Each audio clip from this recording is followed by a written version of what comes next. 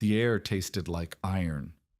Across the Kansas grass, the morning dripped, eaves running, fence wire wet, mud soft under a warmth that had no business arriving in January. The kind of warmth that made men smile and made horses turn their ears north. A woman hitched a gray draft horse to a wagon with a cracked axle wrapped in iron strap. A boy sat in the wagon box with a canvas bag between his feet, counting birds in a sky that had none. Behind them on the road, an older man in a heavy coat watched them pull away. He did not follow. He had already said the only thing he had to say. Warm before noon means teeth by dark. Oddmund Aasen died on the 23rd of November, 1885, under a hayrack that came apart where the crossbeam met the standard. The pin had rotted through wet oak all autumn, and when the load shifted on the frozen slope behind the shed, the beam dropped across his chest before the horse could pull clear. Merritt heard the sound from the doorway. Not a crack, not a scream, but a low wet noise like a grain sack dropped from a height. And she ran with Eli still clinging to her skirt because the boy would not let go. By the time Warren Mapes brought the body back on a stone boat, the harness leather had frozen to Oddmund's coat. Mapes stood in the yard with his cap in his hand, not speaking, while two neighbor men lifted the body and carried it inside. Eli asked why his father's boots were stiff. Marit did not answer because she was looking past the men, past the doorway, at the gray Percheron cross still hitched to the fence rail. Steam rose from Basta's mane and froze in white threads against the dark hair. The horse stood perfectly still. He had dragged the stone boat 3/4 of a mile without being asked, and now he waited as though the day were ordinary. The funeral cost $4. The pine box came from salvage planks Oddmund had pulled from a collapsed cattle pen the previous spring. Marit dug the grave herself because the ground had not yet frozen below 18 inches, and the men who helped carry the body did not offer to stay for the digging. She hit limestone at 3 feet and stopped there because the pick handle split, and she did not own another. What Oddmund left behind, a quarter-section claim in Butler County, Kansas, near the Little Walnut River breaks. A soddy with a frame addition half finished, the roof patched with flour sacks where the shingles had blown off in October.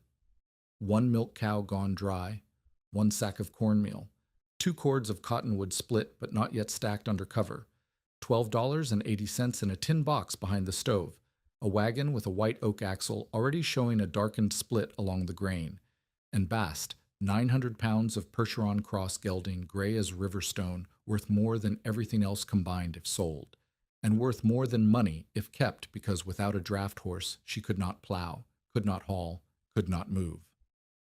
The survival math was simple and brutal. A woman alone with a 6-year-old child, no family within 800 miles, no income, a filing deadline approaching for proof of continued improvement on the claim, and a winter that had already killed the husband who was supposed to carry them through it. Reuben Sloat arrived 3 days after the burial.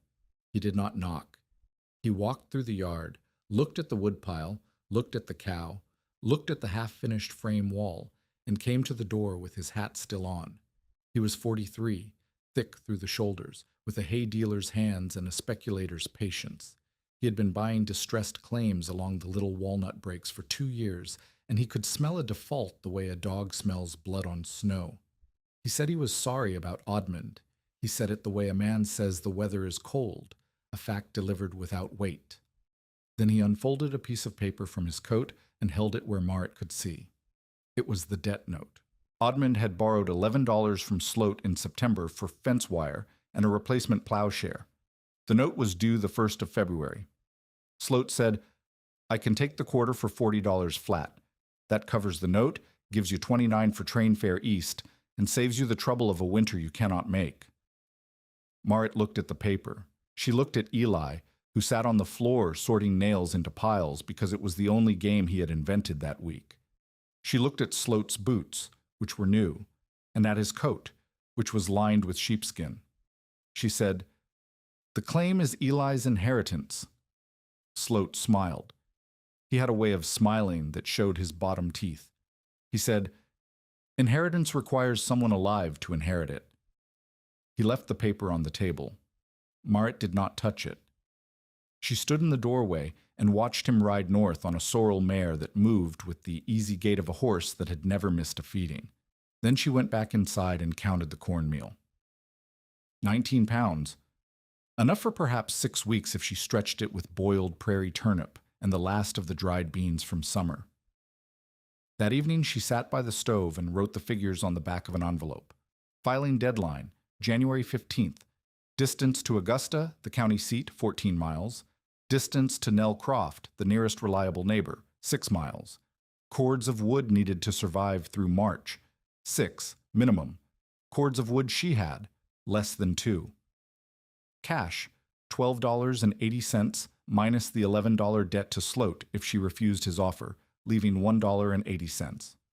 Cost of a box of nails to finish the frame wall, 70 cents. Cost of hay for baste through February, more than she had. She folded the envelope and put it in her pocket. The numbers did not work. They did not come close to working. She knew this. Every path she could calculate led to the same answer. Sell the claim, sell the horse, take the train east, and arrive somewhere with a 6-year-old boy and no money and no land and no plan. But the claim was the only thing she owned that could become something. $40 was an ending. The quarter section was a chance. She did not sleep that night. She sat by the stove and listened to the cottonwood pop in the firebox and tried to see a way through a winter that had no way through it. Warren Mapes came back on the 5th day after the funeral. He did not come to offer condolences again.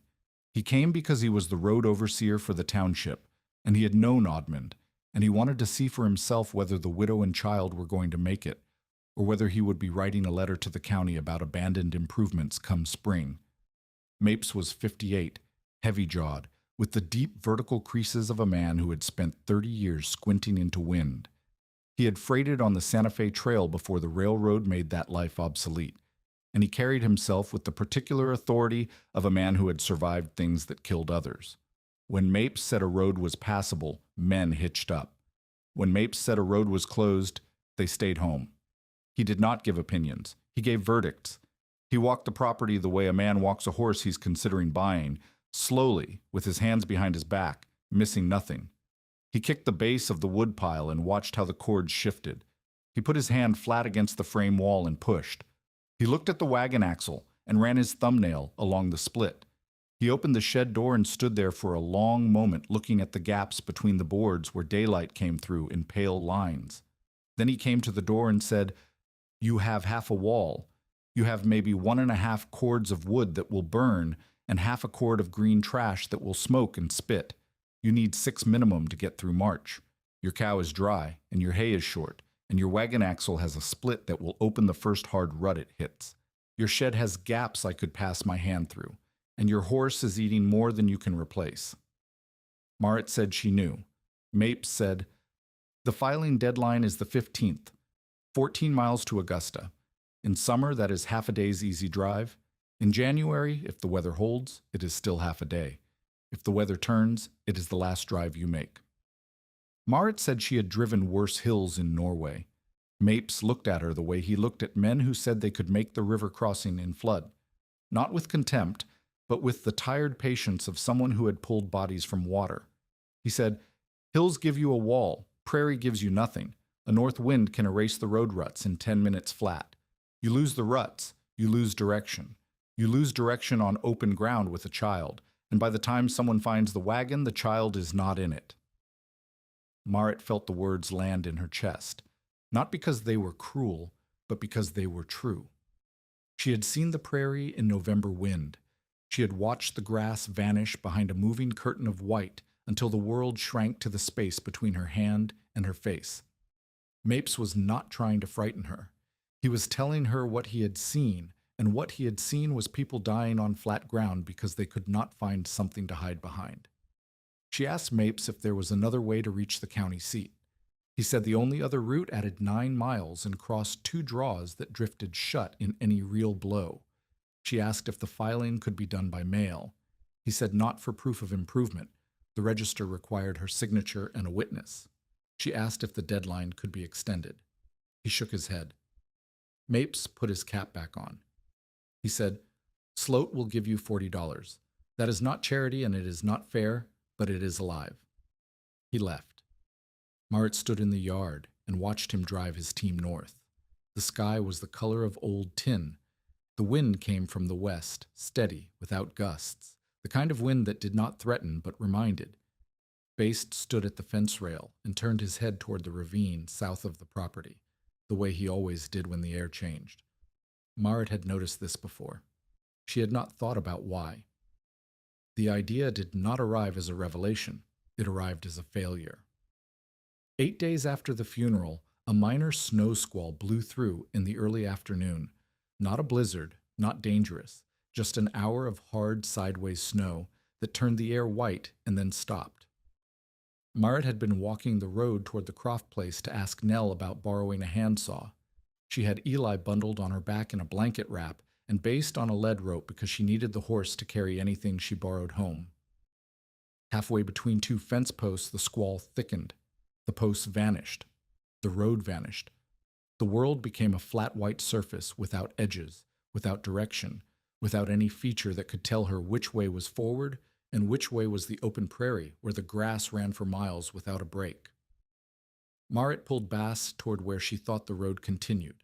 The horse planted his feet. She pulled harder. He did not move. She yanked the rope with both hands, and Baste lowered his head and turned his body sideways to her, swinging toward a ravine she could barely see through the snow. She fought him. She won. She dragged him back toward the road line. 30 steps later, the ground dropped away under her right foot. She stumbled, caught herself, and looked down into the frozen surface of a slough she had not known was there. If she had taken 2 more steps in the direction she had chosen, she would have walked onto ice that may or may not have held her weight, carrying a child on her back, with no one to hear her if the ice broke. Baste had tried to turn her away from it. She had forced him straight.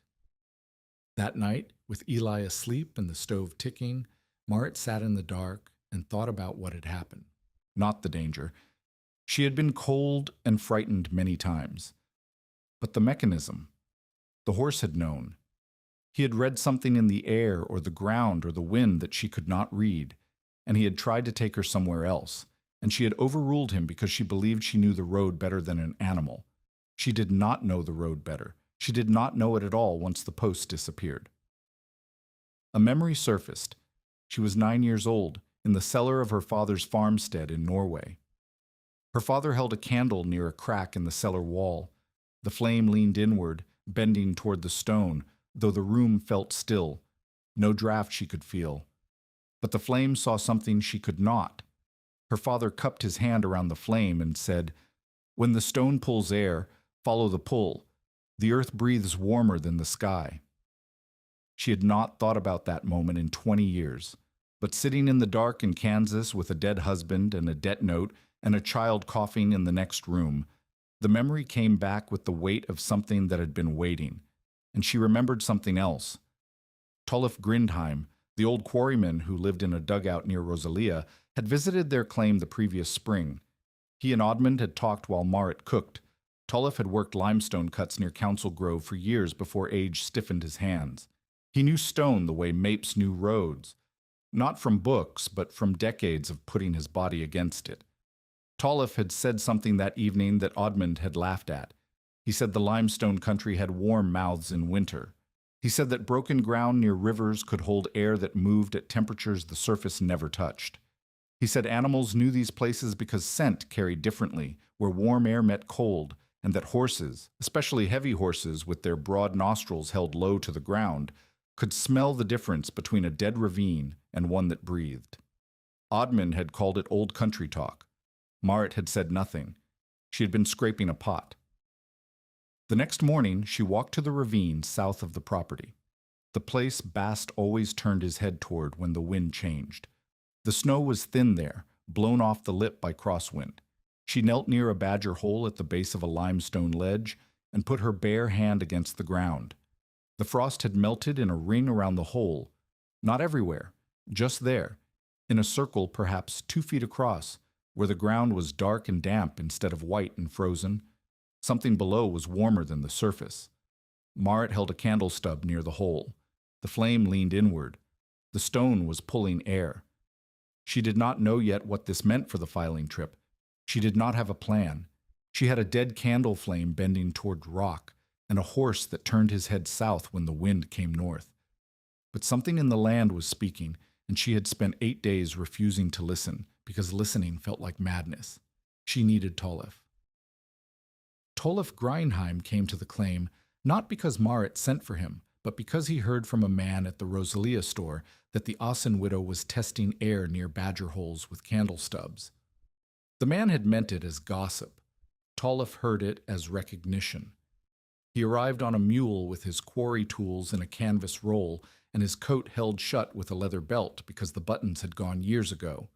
He was 64, thin as a fence post, with hands so knotted by decades of stonework that he could not fully open his left fist. He found Marit on her knees near the ravine, holding a candle near a crack in exposed limestone. The flame was leaning. He watched her for a full minute before he spoke. Then he said, "You are looking for where the ground breathes." Marit turned. She did not know Tolef well. He had been Oddmund's acquaintance, not hers. But she recognized the way he looked at the candle flame, not with curiosity, but with the quiet satisfaction of someone seeing a thing they already understood being discovered by someone else. She said, "My father showed me this when I was a girl. I do not know what it means here." Tolef knelt beside her. His knees cracked like dry sticks. He put his own hand near the crack and held it there for a long time. Then he said, "Limestone is not solid. It has rooms. Water makes them over thousands of years, cutting along the soft layers, leaving the hard layers as ceilings. Where the rooms connect to the surface, the air moves. In winter, the air inside holds close to 55 degrees because the earth does not change its mind the way the sky does. That air comes up through cracks and holes, and where it meets the freezing surface, it melts the frost. Your candle sees what your hand cannot." This was not magic. This was a quarryman's knowledge applied to a different kind of stone. Marit asked, "Could a person shelter in one of these rooms?" Tolef said, "A person, yes, if the opening is wide enough, if the air has a way to move so smoke does not collect, if there is dry fuel nearby." Marit asked, "Could a horse?" Tolef looked at Bast, standing at the fence rail with his head turned south. He said, "That depends on the horse and the room. But I will tell you something your husband did not believe. Animals read warm air the way we read roads. A heavy horse with his nose 6 inches from the ground can smell moisture and warmth rising through broken stone from 100 paces. In a whiteout, when you cannot see the road and the road cannot save you, the horse is not lost. The horse is choosing." Nell Croft found them at the ravine that afternoon. She had walked over to check on Marit and found her crouched in brush with an old man and a candle. Nell was 36, practical, sharp-tongued, and terrified for Marit in the way that women who have buried neighbors are terrified, not with sentiment, but with specifics. She said, "Marit, what are you doing in the scrub?" Marit explained the warm air, the limestone, the horse's behavior. Nell listened. Her face did not change. When Marit finished, Nell said, "You're telling me that instead of driving the road to Augusta like every other person in this county, you plan to let a horse drag you into a ravine if a storm hits." Marit said, "I'm telling you that fighting a horse blind is not a plan either." Nell said, "Following a horse into a hole is also not a plan. It is how people get found in spring." Marit did not argue. She knew how it sounded. A widow with a candle and a horse and an old quarryman crouched in brush, talking about air that breathed through stone. It sounded like grief turning into recklessness. It sounded like a woman who had lost her husband and was now losing her judgment. But the flame had leaned. The frost had melted. And Base turned his head south every time the wind came north, and she had spent 8 days ignoring him and almost walked into a frozen slough because of it. She said, "I have to reach Augusta by the 15th. I cannot afford to fail, and I cannot afford to die.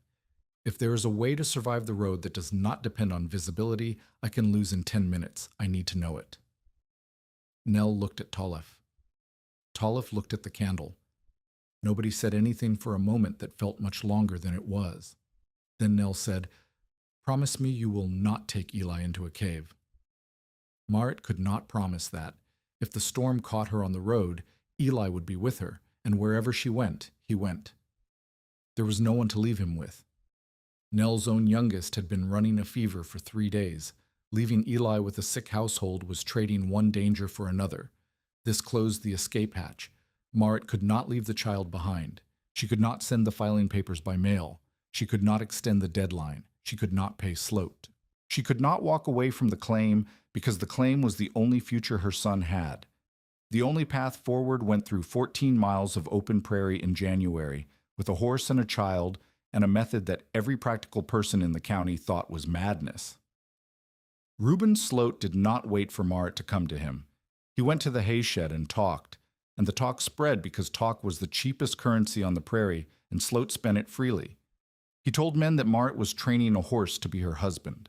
The line was cruel and precise, the kind of phrase that lodged in memory because it carried enough truth to sting. A widow relying on a horse's instincts instead of a man's judgment. It confirmed what most of the settlement already believed, which was that Marit Brecka Assen was going to fail, and the only question was how much she would lose before she admitted it. The line spread from the hay shed to the store, from the store to the blacksmith, from the blacksmith to the road crews. Men who had never spoken to Marit repeated it. Women who had brought food after Oddman's funeral shook their heads and said they had seen this before. A widow holding on past the point where holding on made sense. Sloat sharpened the pressure with money. He bought loose hay from 3 sellers in the settlement, not because he needed it, but because controlling supply let him set price. When Marit came to buy hay for Bast, the cost had doubled. She could afford half a bale. Sloat weighed it out slowly, letting her watch the scale, and said, "That horse eats more than your boy. If the hide buyer comes through before February, Baste will be worth more dead than starved." Marit paid and left. She loaded the half bale onto Baste's back and walked the 6 miles home in wind that cut through her coat at the seams. Eli rode on the hay and counted birds that were not there because the sky was empty. At the hay shed, after Marit left, Sloat produced a conditional sale note. He showed it to Warren Mapes, who happened to be warming himself by the stove. The note would transfer 40 acres of Marit's claim, the 40 nearest the road, the 40 with access value, to Sloat in exchange for forgiveness of the $11 debt and hay credit through February. All she had to do was sign. Mapes read the note and said, "That is her best 40. Sloat said, "That is my offer." Mapes said, "She will not sign it." Sloat said, "She will when the horse goes lame or the boy gets croup or the stovepipe rusts through. Winter decides. I just wait." 5 days before the filing deadline, Marit began the work that would either save her or prove everyone right. The wagon had to make the trip. The axle had to hold 14 miles of frozen ruts and come back with the filing paper signed. She could not afford a new axle. White oak cost more than she had, so she worked with what existed. She heated iron strap in the stove until it was pliable, wrapped it around the cracked section of the axle in overlapping bands, and peened the edges flat with a hammer borrowed from Tollef. The strap would distribute the stress across the split. It would not heal the wood. It would buy time, which was the only currency she had. Tollef watched her work the iron and said nothing for 20 minutes. Then he said, "That is a freighter's fix. Your husband would have done the same."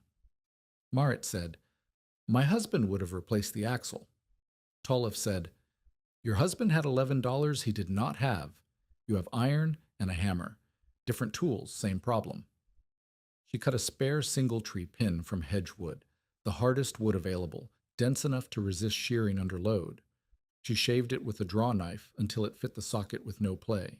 She sewed a canvas storm bag and packed it. Matches in a tin sealed with tallowed cloth, 4 candle stubs, a strip of bacon wrapped in oiled paper, a tin cup, a ball of dry tow for tinder, and a short-handled hatchet with the head freshened on a whetstone. Every task cost time she did not have and strength that came back slower each morning. Her hands bled where the iron strap bit through her gloves.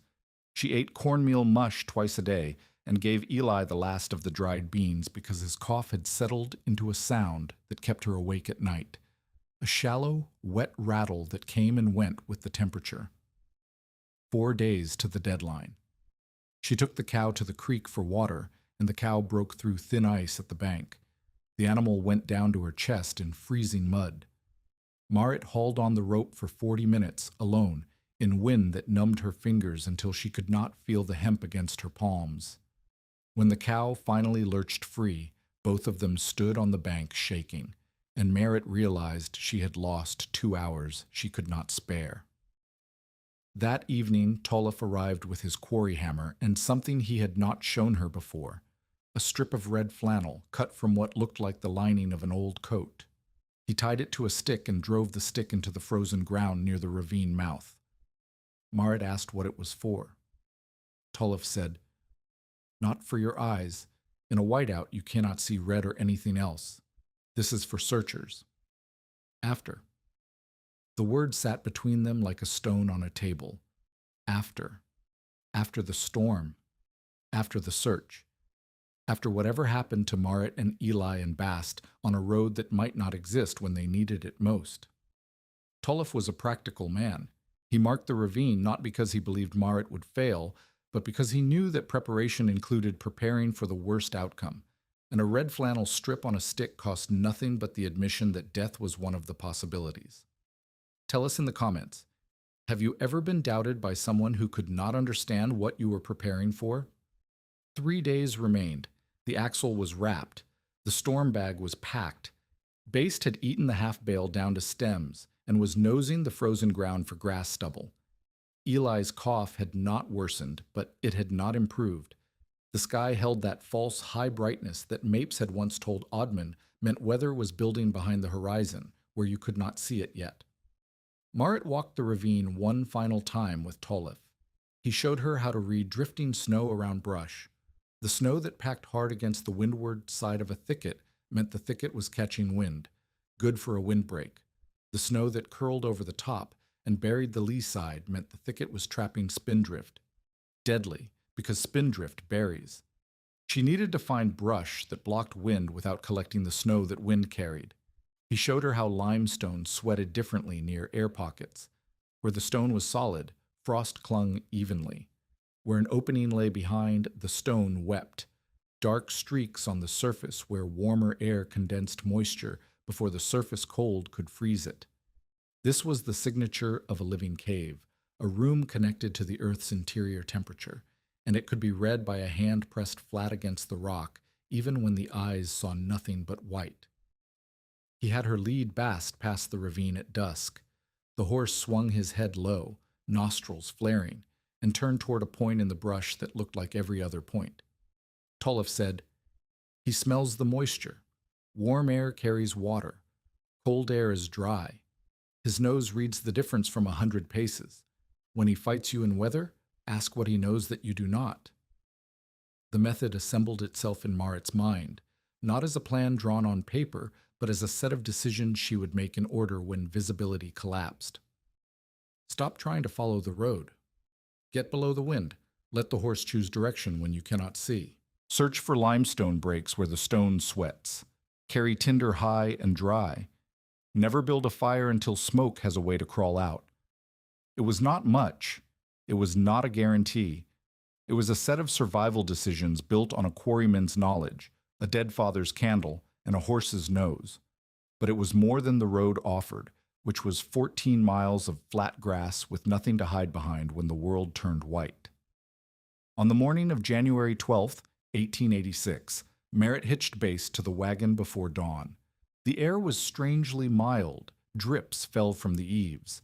The temperature had climbed overnight in a way that felt like mercy, but Marit knew was not. She was loading the storm bag into the wagon box when Warren Mapes appeared on the road, driving his team south toward the creek crossing. He stopped when he saw her hitching. He looked at the sky. He looked at the dripping eaves. He said, "Warm before noon means teeth by dark." Marit cinched the belly band and checked the wrapped axle one final time. The iron held. The wood beneath it creaked when she pressed with her thumb, but did not shift. She lifted Eli into the wagon box, wrapped him in the horse blanket, and set the storm bag between his feet. Baste stamped once and lowered his head. His breath came in slow clouds that hung in the still air and dissolved into the pale morning light. 14 miles to Augusta. 1 day to file, 1 horse, 1 woman, 1 child, and a road that might not exist by afternoon. Marit spoke to Bast the way she spoke to Eli when the cough woke him at night. Quiet, steady. Without fear she did not feel, but with calm she had practiced until it sounded real. She picked up the reins. The wagon creaked forward. Behind her, the soddy grew smaller against the gray line of the ridge, and ahead the road stretched south into rolling grass that had no walls, no shelter, and no mercy for anyone who lost the way. The first 3 miles passed without trouble, and that was the most dangerous thing about them. The road south from Marit's claim followed a line of fence posts for the first mile, then crossed open grass where the ruts were the only guide. The ground was soft from the overnight warmth. Mud grabbed at the wheels, and Base leaned into the collar with the steady pull that made Percherons worth their feed. Not fast, not flashy, but a force that did not stop once it started. Eli sat in the wagon box with the storm bag between his feet and counted fence posts until the fences ended. After that, he counted birds. After the birds stopped, he counted nothing and watched the grass. Marit kept her eyes on Basta's ears. This was one of Tolif's lessons. The horse heard weather before the sky showed it. Ears forward meant clear attention on the road. Ears swiveling meant new sound, wind shifting, something arriving from a direction the horse was tracking. Ears pinned flat meant fear or pain, and in a Percheron cross, fear came slowly and meant something worth fearing. For the first hour, the ears stayed forward. The road was visible. The sky held its pale brightness, thin and high, with a quality of light that looked like morning but felt like waiting. The mild air was wrong, and Marit knew it was wrong the way she knew a cough that settled deep was worse than a cough that stayed high. Warmth in January on the Kansas prairie was not a gift. It was a door held open before it slammed. At the 4th mile, the road crossed a low ridge where the grass thinned over limestone. Marit felt the wagon wheels firm up on harder ground, and the change in Bast's stride. Shorter steps, head lowering slightly, nostrils working. She watched him turn his ears to the north. Just once. Then they came forward again, but the north ear flicked back twice more in the next quarter mile, and each time it stayed longer. Something was coming from the north, and the horse could hear it or smell it before the sky changed. At the 5th mile, the temperature dropped. Not gradually, it fell like a stone pushed off a ledge. One moment, Marit's hands were damp inside her gloves from the morning warmth. The next moment, the dampness turned cold, and then stiff, and the air bit at her cheekbones, and the grass heads around the road began to tick as the moisture on them froze. The mild morning had left everything wet, and now the cold was turning that wetness into armor. Mud stiffened on the wheel rims. The traces hardened. Baste's breath, which had been thin clouds that dissolved, became thick white plumes that hung in the air and did not break apart. Eli said, "Mama, the grass is breaking." He was right. The freezing moisture made the grass stalks brittle. When the wind, just a breeze still, nothing dangerous, pushed through the roadside grass, the stalks snapped with tiny sounds like fingernails clicking on a table. The prairie was turning to glass. Marit checked the sky. The pale brightness had gone. A band of dark gray sat along the northern horizon, flat and wide, and moving south with the patience of something that did not need to hurry because nothing could outrun it. She had seen that color before. Every person who had survived a Kansas winter knew that color. It was the underside of a storm front carrying snow and wind, and temperatures that could kill an exposed human in under 2 hours. She had 8 or 9 miles left to Augusta. Behind her, the claim was 5 miles back, maybe 6 with the road's curves. Neither distance was safe. Forward meant the storm might catch her in open country. Back meant the same. The only difference was that forward had the filing office and backward had a soddy with half a wall and 1.5 cords of wood. She kept going. The filing deadline was tomorrow. If she turned back, Sloat would have the claim by February. At the 7th mile, the road crossed a draw, where a seasonal creek had frozen into a white line between cut banks. The crossing was shallow. Baste pulled through without breaking stride, but on the far side, the ruts forked. The main road continued south toward Augusta.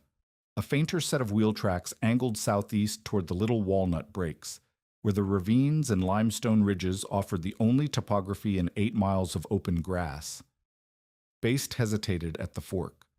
Not stopped. Marit still held the reins on the main road, but hesitated, the way a horse hesitates when his feet say one thing and the rope says another.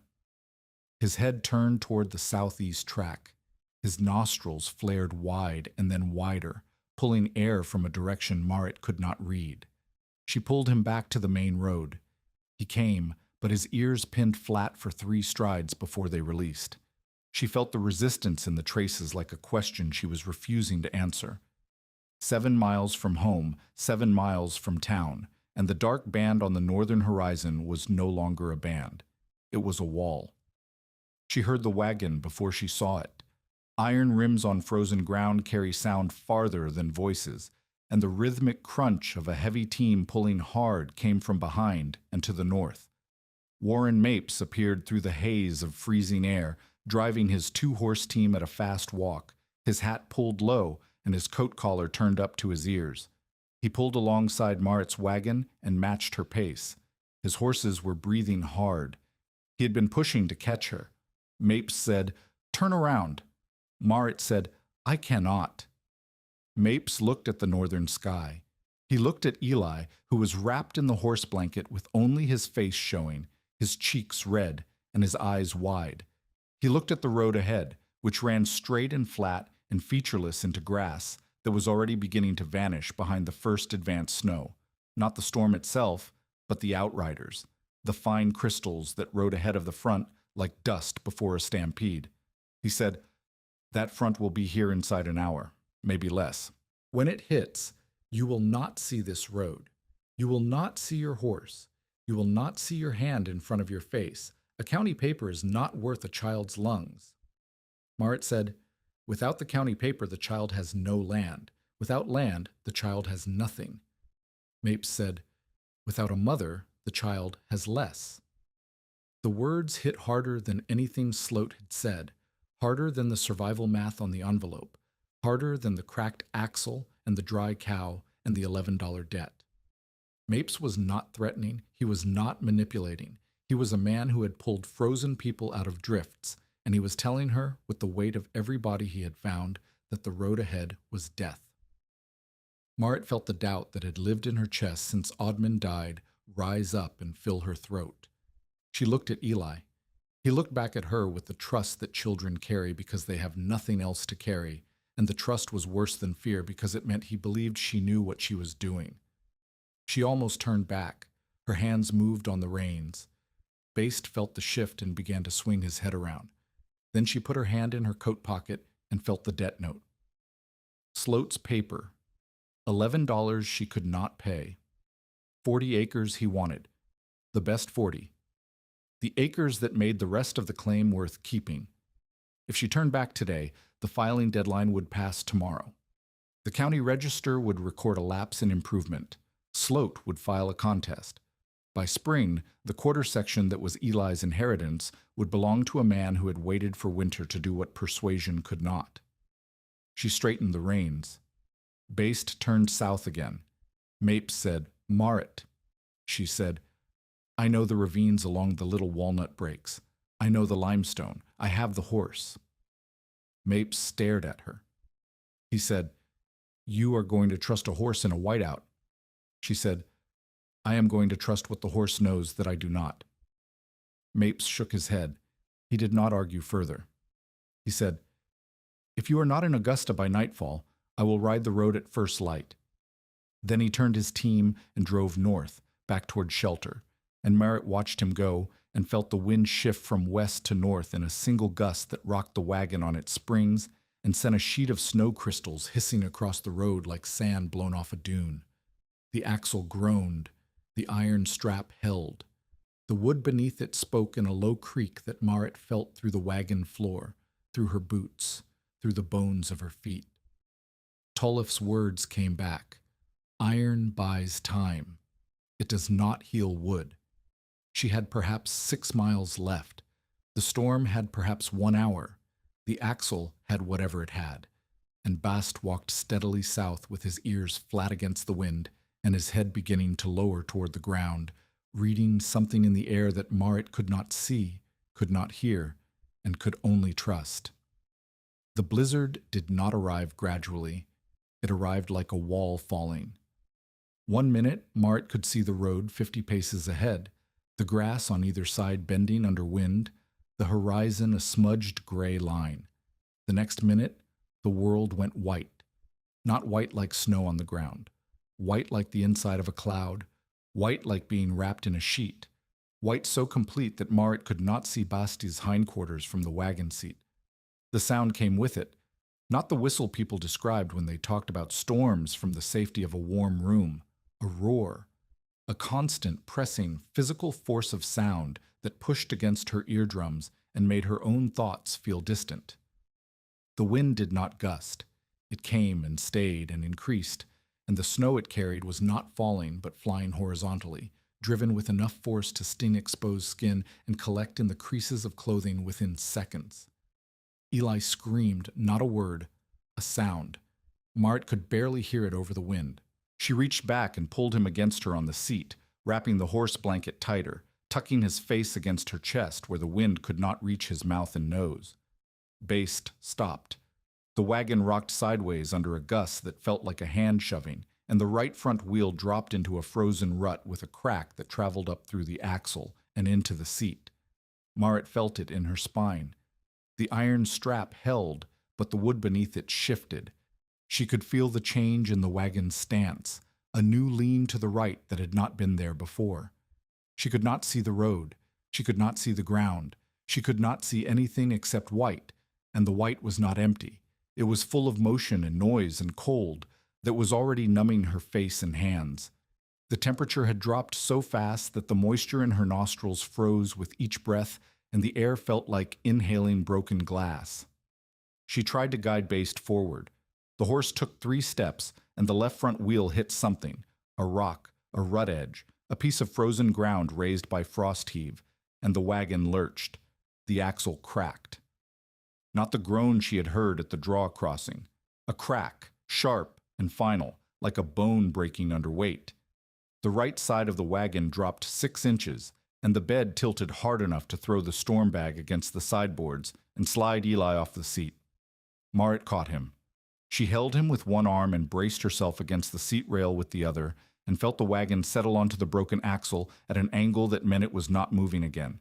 The iron strap still wrapped the wood, but the wood had split through the strap's edge where the stress concentrated, and the axle was now 2 pieces held together by iron that could not bear the wagon's weight alone. 3 choices, all terrible. Stay with the wagon, shelter behind the box, use the canvas and blankets, wait for the storm to pass. But the storm might last hours. The temperature was still falling. With no fire and no windbreak, the wagon box would become a coffin. People froze to death beside their wagons on the Kansas prairie because the wagon looked like safety but offered no warmth, and the body shut down faster when it stopped moving. Walk the road. Pick a direction, toward Augusta, back toward home, and walk. But which direction? The road was invisible. The ruts were buried.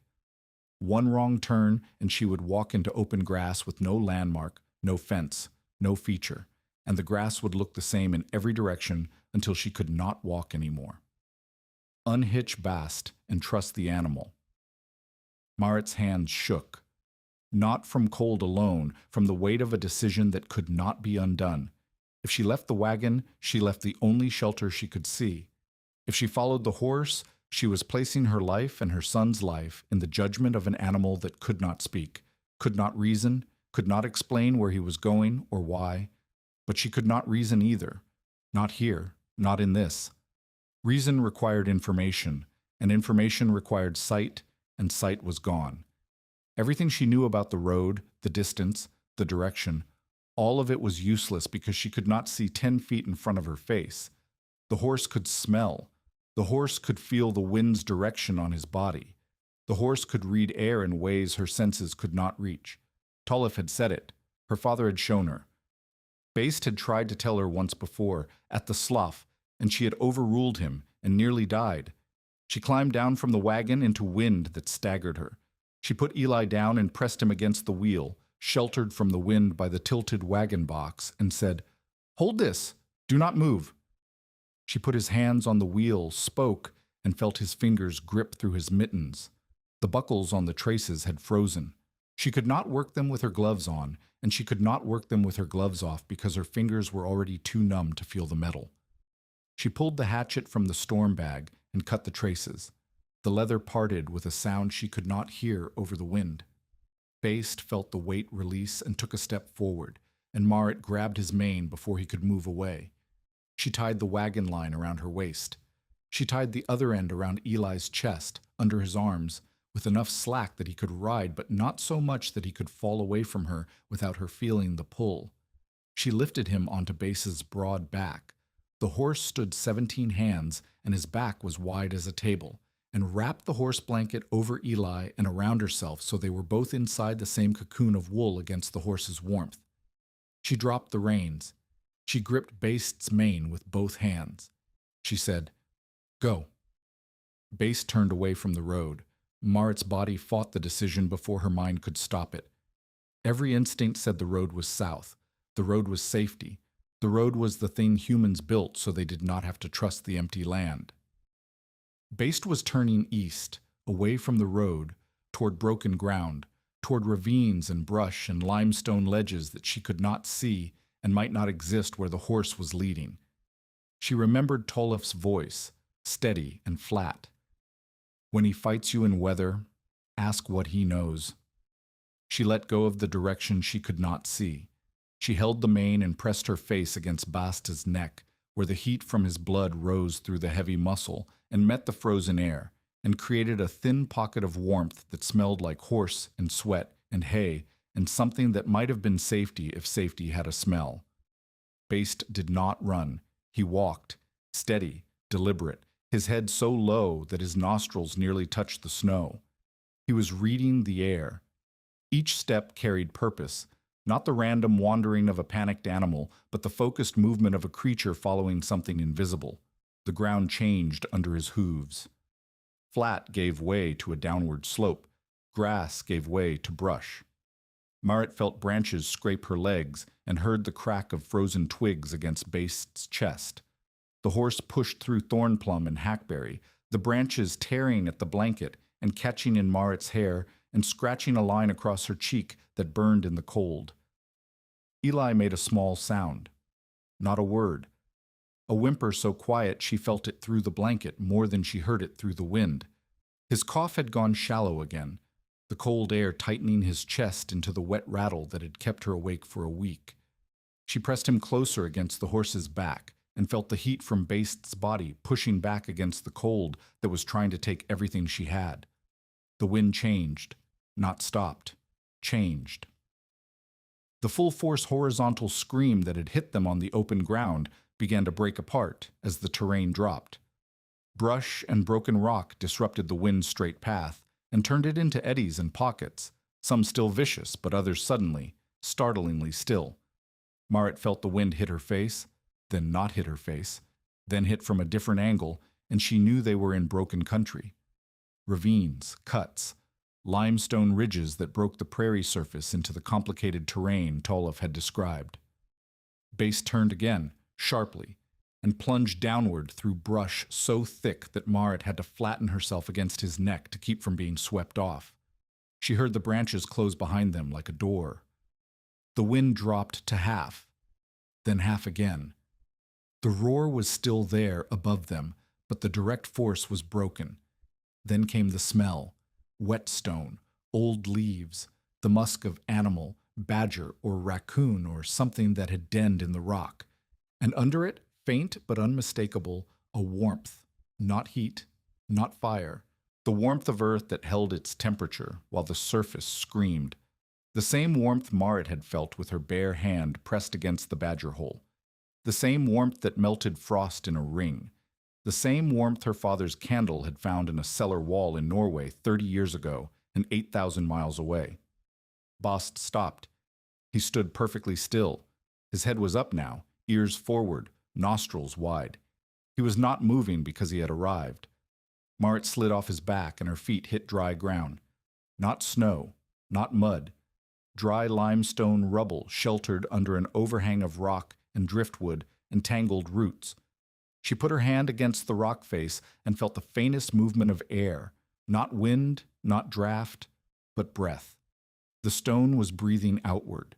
She could not see in the whiteout, but she could feel.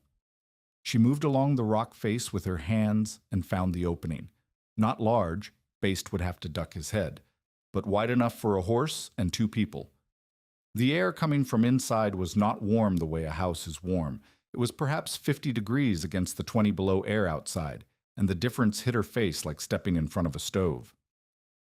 Stay with this story, because in the next few minutes, one horse's choice decides whether a mother and child become names under the snow. She led Bast inside. The horse went willingly, lowering his massive head, his hooves clattering on limestone floor. The cave was not deep, perhaps 20 feet, but the ceiling was high enough for Baste to stand, and the floor was dry above a damp line that showed where spring water reached before retreating. Driftwood lay stacked against the back wall, deposited by floods and dried by the cave's constant temperature into fuel that was ready to burn. Eli's cough echoed in the enclosed space. The sound bounced off stone and came back multiplied, and for a moment it was the loudest thing Marit had heard since the blizzard hit, because the wind could not reach them here. The silence was not silence. The storm still roared above the ravine, but it was the absence of the wind's direct assault, and in that absence, Marit's body began to shake with a violence that had nothing to do with cold. It was the tremor of a system that had been running on fear for an hour and had suddenly found a reason to believe it might not die. She did not stop. She could not afford the luxury of relief. Tollef's lessons ran through her mind in order, the way a prayer runs through the mind of someone who has said it 1,000 times. First, test the air. She pulled a candle stub from the storm bag and lit it with fingers that took 4 matches to manage, because the first 3 broke when she tried to strike them. The flame steadied. She held it near the cave ceiling and watched. The flame did not flatten. It leaned gently toward the back of the cave, toward a crack in the limestone where the ceiling met the wall. Smoke would go up and out through that crack, not back into the space. The cave had ventilation. She could build a fire without killing them. Second, position the fire. Tollef had said to place it where the draw was strongest, near the crack, so the smoke would be pulled out rather than pooling. She cleared a space on the limestone floor, ringed it with loose rocks, and built a small fire from the driest driftwood. Not a roaring fire, a careful fire, enough to warm the space without consuming the fuel she might need for hours. The wood caught. The flames rose, smoke curled upward and crept toward the ceiling crack and disappeared. The cave began to warm, not fast, but perceptibly. The stone holding heat the way stone always holds heat, slowly and for a long time. Third, block the entrance draft. Baste did this without being asked. The horse positioned himself near the cave mouth, his broad body filling most of the opening, his hindquarters to the wind. 900 pounds of Percheron cross, radiating body heat inward, cutting the draft to a thin stream of cold air that crept along the floor but could not overwhelm the fire's warmth or the cave's insulation. Marit pulled Eli off Baste's back and set him near the fire. His face was white. His lips were blue at the edges. His cough had become a sound she did not want to name, a thin liquid whistle that came with each exhale and stopped with each inhale, as though something inside him was deciding whether to let the next breath through. She stripped his wet socks and held them against her body, inside her dress, against the skin of her stomach where the heat was closest. She rubbed his feet with her hands until the color came back from gray to red, and he cried, which meant the feeling was returning, which meant the tissue was alive. She wrapped his feet in the dry, oiled paper from the bacon, then in the horse blanket, and set him so close to the fire that the heat reached his chest directly. The cave was perhaps 55 degrees on its own. With the fire, the temperature near the flames climbed into the 40s within the first hour. Outside, the wind drove snow horizontally through the ravine and piled drifts against the brush that hid the opening. Merritt could hear the drifts building, a soft, constant hiss of snow compacting against thorn plum and hackberry. She fed the fire in measured amounts, one piece of driftwood at a time. Each piece bought 20 minutes of warmth. She had perhaps 30 pieces within reach. 10 hours. If the storm lasted longer than 10 hours, she would need to break apart the larger pieces stacked against the back wall, and those were damp, and damp wood smoked, and smoke in a cave with a single ventilation crack was a calculation she did not want to make. Eli's breathing steadied. The thin whistle softened to the wet rattle she knew, and the rattle softened to a cough that came every few minutes instead of every few breaths. He fell asleep against the horse blanket with one hand extended toward the fire, the way children reach for warmth without knowing they are reaching. Outside, the storm showed no sign of relenting. The roar continued, a ceaseless, mindless force that Merritt could feel through the cave walls as a vibration in the stone. She pressed her palm flat against the limestone and felt the tremor and thought of Tollef's hands, too knotted to open fully, pressed against stone for 40 years until he could read it the way other men read weather. She thought about Warren Mapes, somewhere on the road to the north. He had turned back. His team was strong and his horses knew the road. He was probably home. He was probably alive. But she did not know this, and the not knowing was its own kind of cold.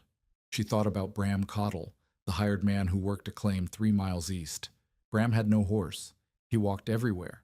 If the storm caught him in the open, he would do what every person does in a whiteout without shelter. He would walk, and he would walk in the direction he believed was correct, and the direction would be wrong because in a whiteout every direction feels correct, and none of them are. The fire cracked. Eli coughed. Baste shifted his weight from one hind leg to the other, the way horses do when they are standing for a long time but are not distressed. His coat was singed along the left shoulder where a spark had landed, and his chest was torn from the thorn plum, thin lines of blood freezing in the hair. But his breath was even, and his ears were forward, and his eyes were half closed, which meant the horse was comfortable, which meant the cave was working. Marit did not sleep.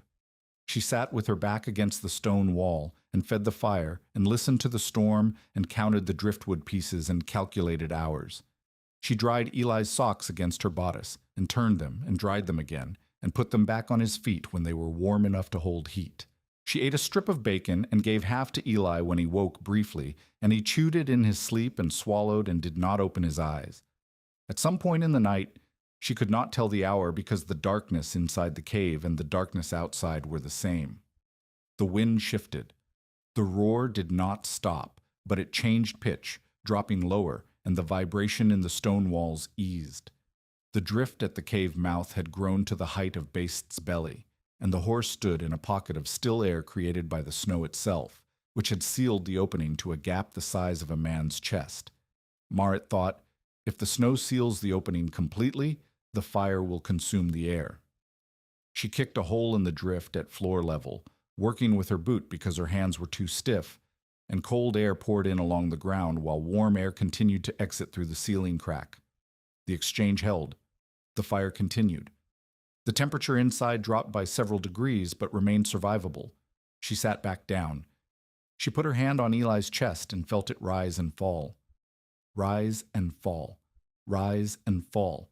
The rhythm of a child breathing in sleep, which is the same rhythm it has been since the first child slept beside the first fire in the first shelter a human being ever found. She did not know whether anyone would find them. She did not know whether the snow would seal the ravine. She did not know whether the cave had a second opening she had not found, one that might let drift snow pour in from above. She did not know whether Bram Cottle was alive, or whether Mapes had made it home, or whether Sloat was sitting by his stove calculating the value of a dead woman's claim.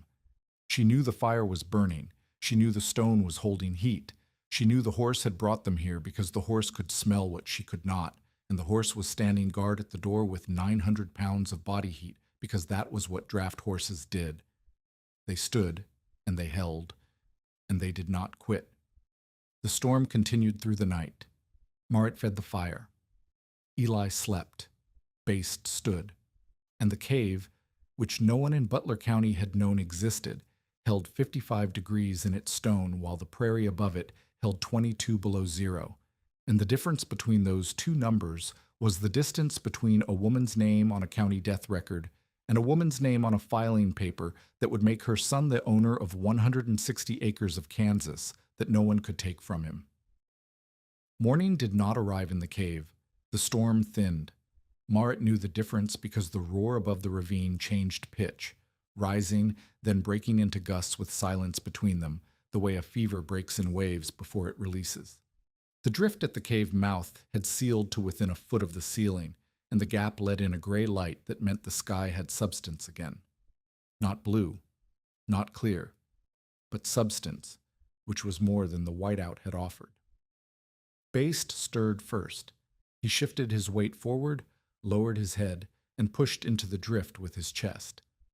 900 pounds of percheron cross against compacted snow. The drift held for a moment, then broke outward in a shower of white that scattered down the ravine slope and exposed a slit of open air. Cold poured in. The fire was down to coals and 3 remaining pieces of driftwood, and Marit had not slept, and her body registered the cold with a dull shudder that started in her shoulders and did not stop. Eli was breathing. The wet rattle had settled into a cough that came every 10 minutes, which was better than every 10 seconds. His color had returned from blue-white to pale red, and when Marit touched his forehead, the skin was warm. Warm from the fire, not from fever. She would take it. She could not dig out alone. The drift filled the ravine approach to the height of a man's chest, and the thorn plum and hackberry that had hidden the cave mouth were buried under snow packed so hard that her boot heel left only a shallow mark. She kicked at the drift, widened the gap Baste had made, and led the horse out into the ravine. The world outside was white and still. The wind had dropped to nothing. Snow lay across the prairie in drifts so deep that the fence posts along the road, if the road still existed, would be buried to their tops. The sky was the color of milk, flat and low, and the temperature stood at something Marit did not want to guess because guessing would make her colder. She could not reach Augusta. The road was buried. The wagon was gone, buried, broken, or both. The filing deadline was today, and she was standing in a ravine 6 or 7 miles from the county seat with a sick child and a horse, and no way forward except on foot through snow that reached her waist. But she was alive. Eli was alive. Baste was alive. And these facts, which should have been ordinary, felt like the most extraordinary thing she had ever held. She sent Baste out of the ravine alone, not to abandon him, to test. The horse climbed the slope, pushed through the upper drift, and stood on the prairie surface with his head up, turning slowly, reading the post-storm air. He walked 30 paces north, stopped, turned, and came back. The snow on the open ground was too deep for the horse to travel far without rest, but the ravine itself had been scoured by crosswinds, and the footing was passable. Baste went out a second time. He pushed farther, disappeared behind a drift, and Marit felt her throat close because losing the horse now would be losing everything. But he came back again, stamping snow from his fetlocks, his breath steaming. The third time, he did not come back immediately. Marit stood at the ravine lip with Eli wrapped against her chest and watched the empty white surface and counted her heartbeats and got to 47 before she heard something that was not wind and not snow. Men shouting. Warren Mapes found the wagon first. It sat half buried a quarter-mile south of the draw crossing, tilted on the broken axle, the canvas cover torn loose and frozen into a stiff wing pointing east. The storm bag was gone. The seat was gone. The traces had been cut. Mapes looked at the cut leather and said nothing. He had been riding since first light with 2 men from the settlement, a fence builder named Dearborn and a young Norwegian named Peter Haugen, who had arrived in the county that autumn and did not yet know enough to refuse when older men asked him to ride into a post-blizzard landscape to look for a dead woman. They followed the road south from Marit's claim because that was where Mops had last seen her driving. They found the wagon, and Mapes assumed the worst. A cut trace meant a desperate act. A desperate act in a whiteout meant a body within a quarter mile, probably less, probably face down in a drift with the child underneath. Then Tolliff arrived on his mule. He had ridden from Rosalia at dawn, 4 miles through snow that reached the mule's belly, because he knew Marit had left for Augusta, and he knew the storm had hit, and he knew what she would do if the road failed. He did not ride to the wagon. He rode past it, following the ravine line south and east, looking for something the other men were not looking for. He found Baist's tracks. Not on the road, off it, cutting through brush, descending into the ravine system that ran along the little walnut breaks. The tracks were partially filled with drift snow, but still readable because of 900-pound horse leaves prints that take time to disappear. Tolliff called to Mapes. Mapes rode over and looked at the tracks and said, "The horse bolted. Animals run blind in a whiteout." Tolliff said, "That horse did not bolt. Look at the stride. Even steps. No splaying. He was walking, not running. He went into the brush on purpose." Mapes looked at the tracks again. Tolliff was right. A bolting horse left chaotic prints, wide set, uneven, with turned-up snow from scrambling hooves. These prints were measured, deliberate. The horse had walked into the ravine the way a man walks into his own house. They followed the tracks down the slope, through the thorn plum, through the hackberry, past the buried brush, and into the ravine where the limestone ledge created the overhang. Mapes had ridden this country for 15 years. He had never been inside this ravine in winter. He had never had reason to. When they found the cave mouth, still half blocked by the drift Baist had broken through, Mapes dismounted and stood for a long moment without speaking. He could see the fire's last coals glowing inside. He could see Marit standing near the entrance with Eli in her arms. He could see Baist behind her, massive and calm, with singed mane and torn chest and steady breath. Mapes did not convert with a speech. He did not say she had been right. He knelt at the cave mouth, put his bare hand into the air coming from inside, and held it there. The air was warm, not warm like a house, warm like life in a landscape that held nothing but death for the last 14 hours. He said, "I would have ridden past this mouth 10 winters straight." Tolliff said nothing. He stood behind Mapes with his hands in his coat and his face showing nothing except the quiet look of a man who had spent 40 years reading stone and had finally found someone else who could hear what it said. Peter Haugen, the young Norwegian, climbed down into the ravine and looked at the cave and said, "How warm is it inside?" Marit said, "I kept a fire through the night. The stone holds the heat.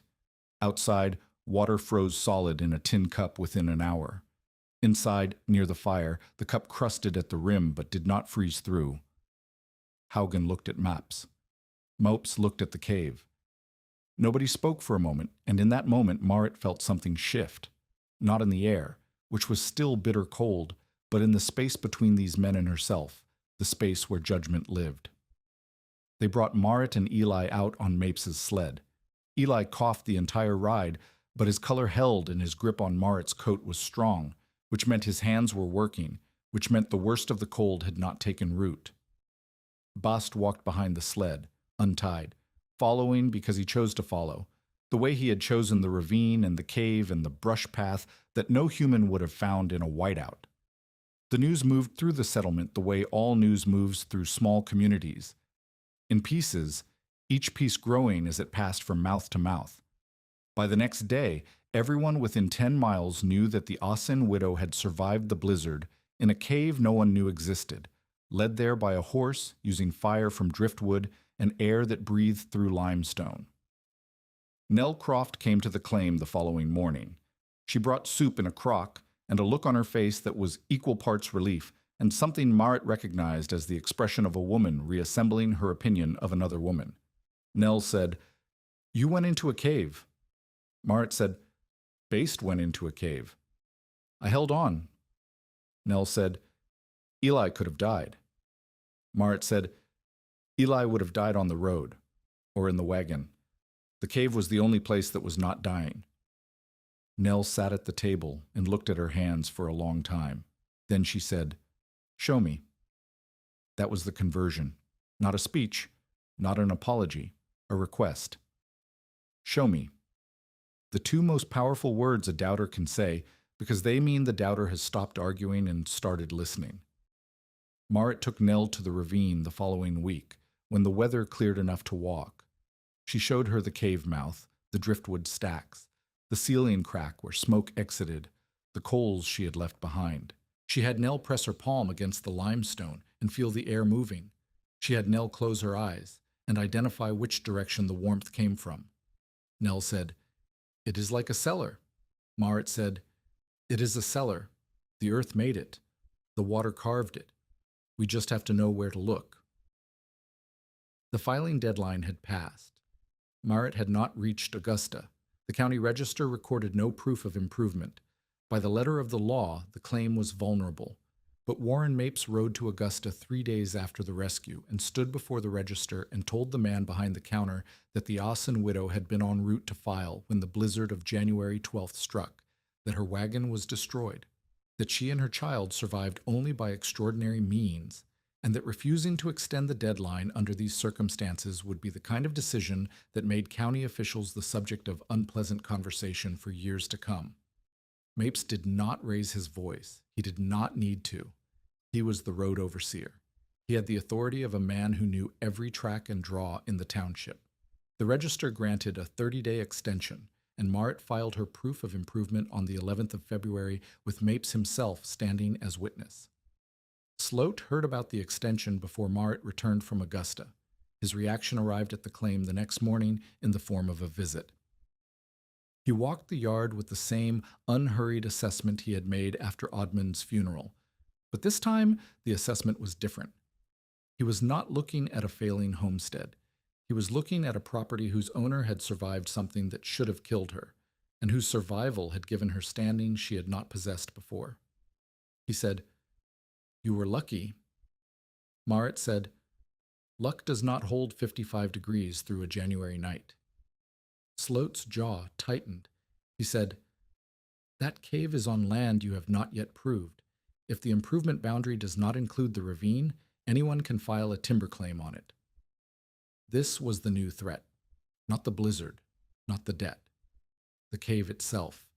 The thing that had saved Marit's life was now valuable enough to attract the same man who had tried to take her claim before the storm proved the claim worth keeping. Tolliff came to the claim 3 times a week through the rest of January and into February. He did not come to visit. He came to work. The relationship between them had changed in the cave. Not because Tolliff had rescued her, he had not, but because Marit had applied his teaching under conditions that proved the teaching sound, and this created a bond between teacher and student that went deeper than gratitude. It was the bond of shared knowledge validated by fire and cold and the stubborn lungs of a 6-year-old boy. They worked the cave together. Tolliff assessed the ventilation first. He spent an hour inside with 3 candle stubs placed at different heights, watching the flames, mapping the air currents. He found a second crack near the floor, too small to see without looking, too large to ignore, that pulled cold air inward along the ground while the ceiling crack exhausted warm air upward. This was the circulation that kept the cave's temperature stable. Cold air entered low, warmed against the stone, rose, and exited high. A natural draft system that required no construction and no maintenance. He showed Marit how to position a fire where the draw was strongest, 3 feet from the back wall, slightly left of center, where the ceiling crack gaped widest. At that point, smoke rose almost vertically and vanished, 2 feet in any other direction, and the smoke lingered, curling against the ceiling before finding the exit. The difference between breathable air and choking was 36 inches of placement. They built a storm cache inside the cave. Dry grass twists in a crock with a flat stone lid to keep mice out. A tin of matches sealed in tallowed cloth. 2 iron hooks driven into a limestone crack for hanging a pot or a lantern. A clay jug for water. Driftwood stacked on flat stones above the damp line where spring floods would not reach. Tolliff worked slowly. His hands, knotted from decades of quarry work, could not grip small objects, and he used his palms and wrists where other men used fingers. But his knowledge was precise. He knew which stone would hold a hook and which would crumble. He knew which wood would burn clean and which would spit sparks that could set dry grass alight. He knew how to read a ceiling crack for stability, which cracks were weathering lines that would not change in a lifetime, and which were stress fractures that might drop a slab in the next hard freeze. One afternoon, while they stacked driftwood, Tolliff stopped working and sat on a limestone shelf and said, "I had a brother, younger by 4 years. Peter." Marit waited. Tolliff said, "We were bringing ponies down from a high pasture in Norway. October, early snow, the kind of wet, heavy snow that does not blow but falls so thick you cannot see the pony in front of you. My pony stopped, refused the path. I beat him forward because I knew the path and the pony did not." He paused. His hands were still. His face held the look of a man touching a memory he had handled so many times it was smooth. He said, "The pony behind me, Peter's pony, followed mine because that is what ponies do. The path was not where I thought it was.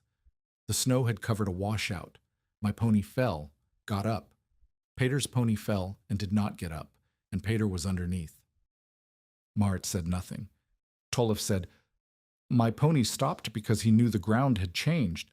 I beat him past the place where his knowledge could have saved us. I have lived 50 years past that day, and every one of those years I have listened when a horse told me no." This was why Tolliff had come to her claim, not because of candles or limestone or the curiosity of an old quarryman meeting a young woman with the same instinct, because he had lost a brother by overruling an animal's judgment, and he had found in Marit someone who had almost made the same mistake at the slough and had learned from it before the cost was paid in a life. The teaching was not quaint wisdom passed from elder to youth. It was grief disciplined into knowledge. Every lesson Tolliff gave Marit carried Peter's weight behind it, the weight of a boy who died under a pony because his older brother thought he knew the path. Spring came hard. The snow melted in a week of warm rain that turned the draws and ravines into brown rivers carrying brush and fence posts and the carcasses of cattle that had not survived the winter. The Little Walnut River rose 4 feet above its normal bank and poured into the ravine system that held Marit's cave. The secondary crisis arrived without warning. 2 children from the Dearborn claim, the fence builder's boy and girl, 8 and 10 Deborahsing, had crossed the ravine that morning to retrieve a calf that had wandered. The water was low then, ankle deep, running over limestone. By afternoon, the runoff from higher ground had turned the ravine into a channel 3 feet deep and moving fast enough to carry logs. The children were on the wrong side. The water was between them and home. The girl had the calf on a rope, and the boy was crying because the water was making sounds that frightened him.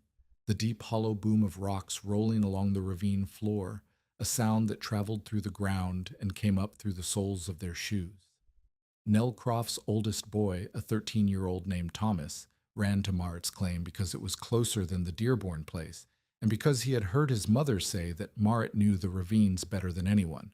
Marit arrived at the ravine lip and saw the problem immediately.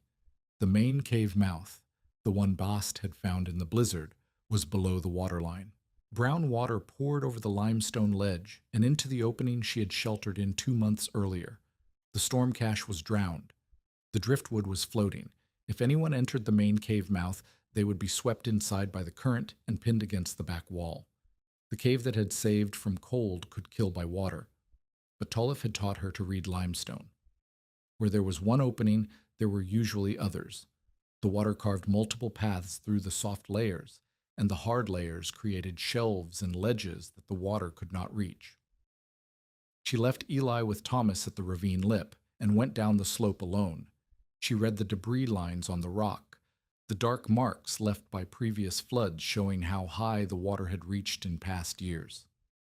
The main mouth sat below the highest flood line, but upstream, 40 paces along the ledge, the limestone formed a shelf 6 feet above the current water level. Above the shelf, a crack opened into darkness. It was the upper breathing crack, the same crack that had ventilated Marit's fire in January, seen now from the outside.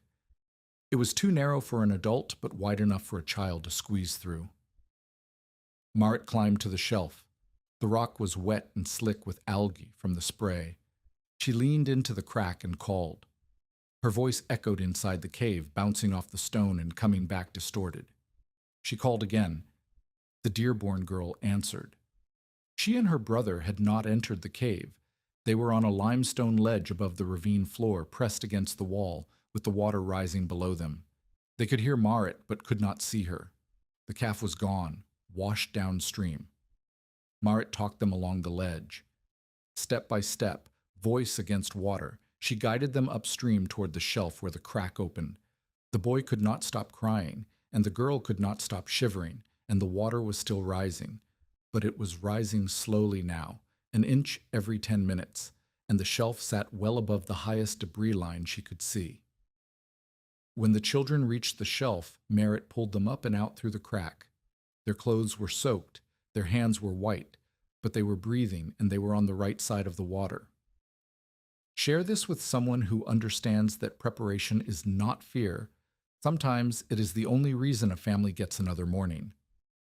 Dearborn arrived 20 minutes later with rope and a team. He saw his children on the shelf, wet and shaking but alive, and he looked at Marit the way Mops had looked at the cave mouth in January, with the expression of a man whose assumptions about the world had shifted beneath him without warning. Word spread again. The cave woman, the ravine reader, the widow who listened to stone and horse both. Men who had repeated Sloat's mockery at the hayshed now repeated a different line.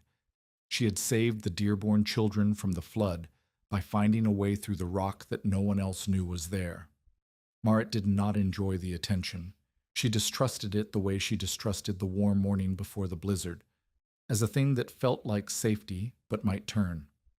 She went back to her claim and fed Bast and sat on the step and looked at the ravine and thought about what Tollef would say about the spring flood, about the cave's vulnerability to water, about the upper crack and the lower mouth, and the seasonal rhythm of the land that gave shelter in winter and took it back in spring. She would have to learn the water the way she had learned the wind. Different season, different threat, same ground. Tollef died in October. Not from cold, not from a fall, not from any drama the prairie could offer. A chest illness that had lingered through August settled into his lungs in September and tightened its grip through the first cool nights of autumn until his breathing sounded like Eli's had in the cave, a thin liquid whistle that came and went with each exhale. Marit visited him at his dugout near Rosalia 3 times in his last 2 weeks. The first visit, he was sitting up, whittling a handle for a chisel he would never use. The second visit, he was in bed, with the quarry hammer on the wall above him and his hands folded on the blanket because they were too stiff to hold anything. The third visit, he was dying. His face had the hollowed look of a man whose body was consuming itself for fuel, and his breath came in shallow cycles that seemed to restart each time from a point farther from life.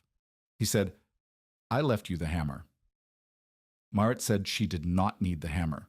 Tollef said, "You need it. Not for stone. For remembering that stone does not lie. People lie about weather, about roads, about how strong they are and how far they can go. Stone tells you what it is. A crack is a crack. A shelf is a shelf. You put your hand on the rock, and the rock answers." He closed his eyes. Marit sat with him until his breathing changed. Not the whistle, but a slower rhythm beneath it, the rhythm of a body that had decided to stop. He died the next morning. The man who found him said Tollef was on his side, facing the wall, with one hand pressed flat against the dugout's limestone face, as though he were reading it. Marit buried him on the ridge above the ravine, next to the red flannel strip he had planted the week before the blizzard. She used his quarry hammer to break the ground because the autumn frost had already set, and the hammer, which had broken limestone for 40 years, broke frozen Kansas earth with the same indifferent efficiency. She kept the hammer. She hung it above her stove, next to the tin box with the $12.80 she had never spent. On the shelf beside the stove, she placed a note Tollef had left in the hammer's leather wrap. It said, "For Marit Breke Assen, the one who listened to stone and horse both. There's a kind of silence that arrives when a teacher dies. Not the silence of a room emptied, but the silence of a voice that has finished saying what it came to say. Tolef had spent 50 years carrying Pater's death in his hands, and in the last year of his life he had passed the lesson of that death to a woman who used it to keep her own child alive. The knowledge did not die with him. It lived in the cave and the cairns and the ventilation cracks and the way Marit read limestone with her palm flat against the surface and her eyes closed, the way Tolef had taught her, the way his brother's death had taught him. Sloat came to the funeral. He stood at the back and said nothing. When it was over, he walked to Marit and said, "The old man's dugout lease expires at the end of the month. His tools and materials revert to his creditors. I hold 2 of his notes." Marit looked at Sloat. She said, "You came to a burial to collect a debt." Sloat said, "I came to a burial. The debt exists whether I come or not." He left. Marit watched him ride north and felt something she had not felt since Oddman's death. Not grief, which she had lived with for a year, but the cold clarity of a woman who understood that the ground she stood on was contested, that the knowledge Tolef had given her was valuable precisely because it could save lives, and that Sloat intended to control whatever had value in this corner of Butler County, whether it breathed or did not. Without Tolef, Marit stood alone against whatever Sloat would try next. The mentor was gone, the safety net was cut, and the winter was coming again. Sloat brought the county surveyor to the claim on the 3rd day of November, 6 days after Tolef's burial. The surveyor was a man named Finch, thin, precise, uncomfortable, who carried his chain and transit in a wooden case and spoke only when asked a direct question. Sloat had hired him to establish whether the ravine containing the cave fell within Marit's improvement boundary or outside it. The improvement boundary mattered because the Homestead Act required the claimant to demonstrate continuous improvement on the land itself. If the ravine sat outside the boundary, the cave was unimproved public land, and anyone could file a timber claim or a mineral entry on it. Sloat did not want the cave. He wanted control of access to the cave, which was worth more than any 40 acres of grass, because access to shelter in a blizzard was worth whatever a desperate person would pay. Finch set up his transit on the ridge above the ravine and sighted along the section line.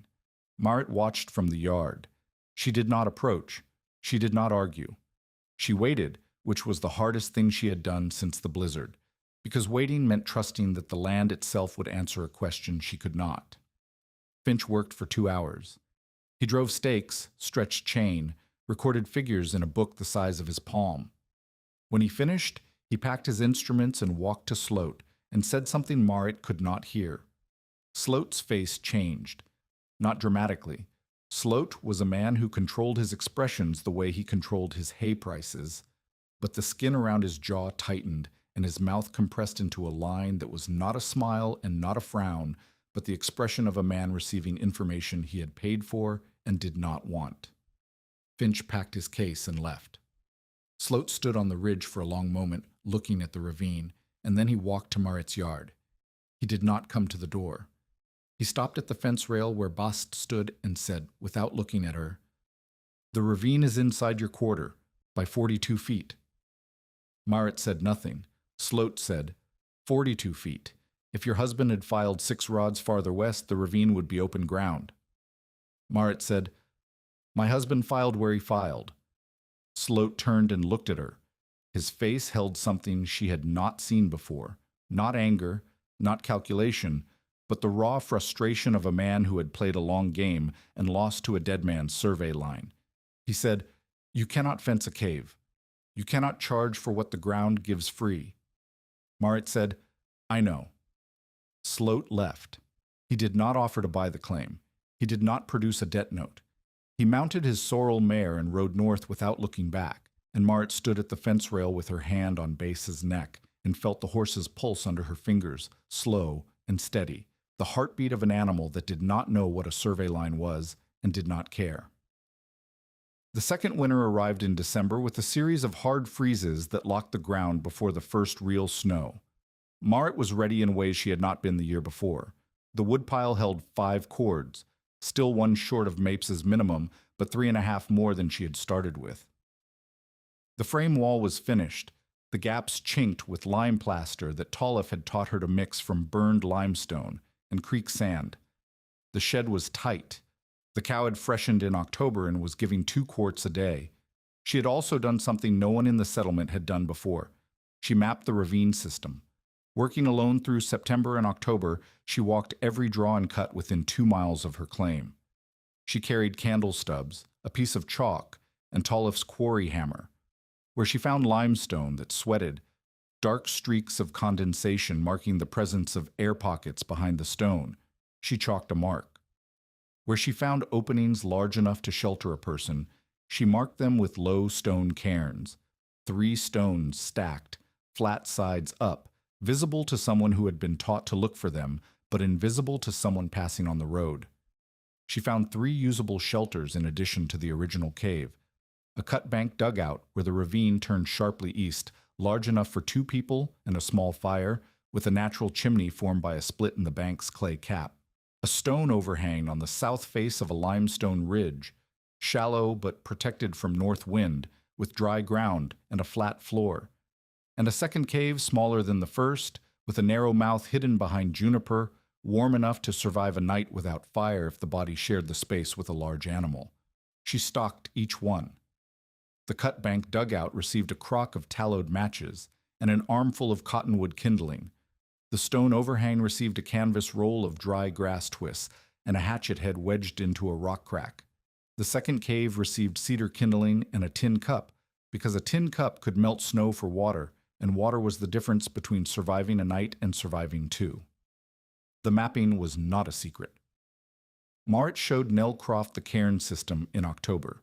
She walked Peter Haugen through the ravine and taught him to read limestone sweat marks. She sat at Dearborn's table and drew a rough chart of the shelter locations, measured in paces from landmarks the fence builder already knew.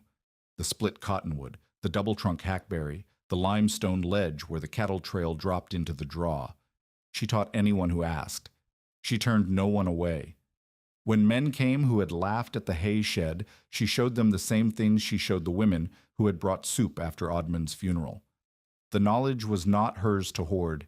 It belonged to the ground, and the ground did not choose who it sheltered. Warren Mapes watched this happen. He watched it the way a man watches a river change course, not with alarm, but with the quiet recognition that the landscape he thought he knew was becoming something different. He came to the claim in late November and said, "You are building a storm road." Marit said, "I am building a set of shelters.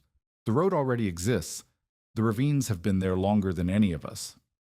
Mapes said, "If you mark them and stock them and teach people where they are, you're building a road. A different kind of road. Not one that goes from here to there, but one that catches people when the other road disappears." He was right, and the precision of his language surprised Marit because she had thought of Mapes as a man of verdicts, not observations. But road overseers see what others miss. They see where the ruts deepen and where the grades fail and where the water crosses and where the wind piles snow. Mapes had spent 30 years reading the surface of the prairie the way Tolliff had read the interior. What he saw in Marit's cairn system was not a challenge to the road he oversaw, but a complement to it, a second network, underground and invisible, that did what no surface road could do in a whiteout. He said, "I want to help." Marit looked at him for a long moment.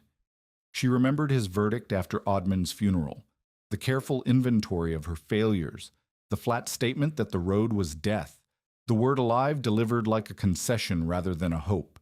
She remembered him at the draw crossing, telling her to turn back, telling her a county paper was not worth a child's lungs. She remembered him kneeling at the cave mouth with his bare hand in the warm air and the look on his face that was not conversion but recognition. She said, "Then learn the ravines." Mapes learned. He was not a fast student. He was a man of surfaces, of ruts and grades, and the subterranean logic of cave systems did not come naturally to him.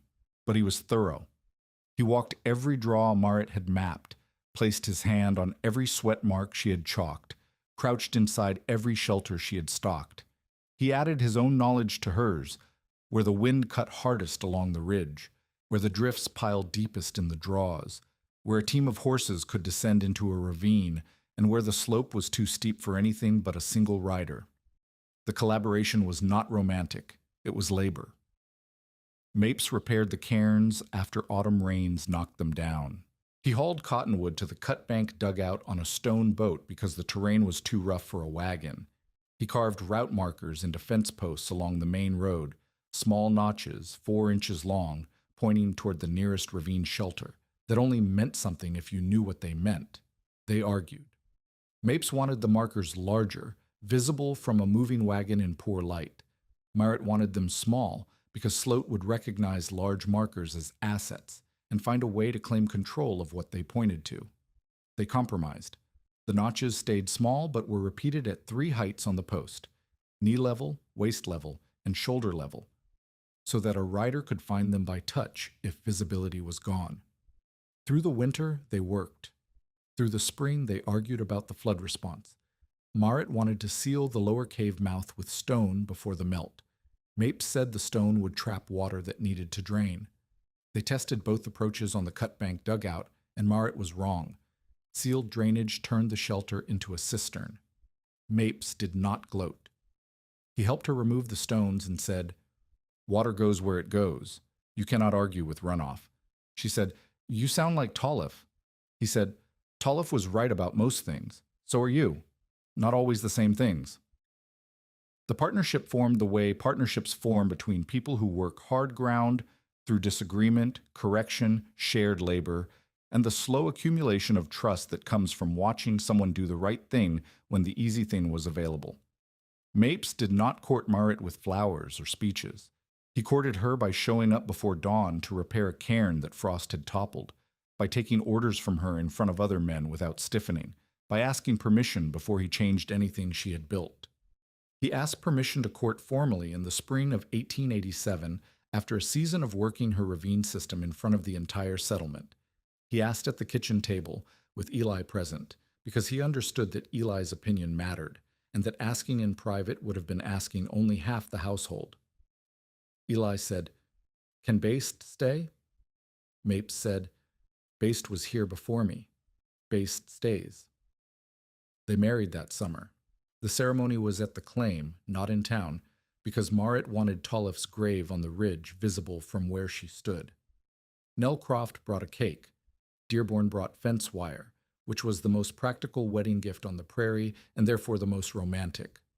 Peter Haugen brought a Norwegian blessing that his mother had written in a letter from the old country, and he read it in Norwegian and then in English, and Myritt cried at the Norwegian because it was the language of her father's cellar and Tollef's mountain, and the ponies that knew the path when the people did not.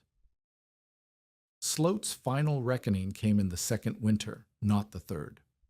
A January blow, smaller than the blizzard that had broken Myritt's axle, but dangerous enough to kill unprotected livestock and close the roads for 2 days. Not a whiteout, but close. Visibility down to 50 yards, wind strong enough to push a man sideways, snow driving hard from the north. Sloat tried to drive a wagon of hay across the ridge to a buyer south of the Little Walnut. The hay was worth $11 delivered and $4 in the shed, and the difference was enough to make Sloat hitch his team in weather that Mapes had warned against. He believed the road would hold because the road had always held for him. He was a freighter's son. He had driven worse. The road did not hold. The wind erased the ruts within a mile of Sloat's shed.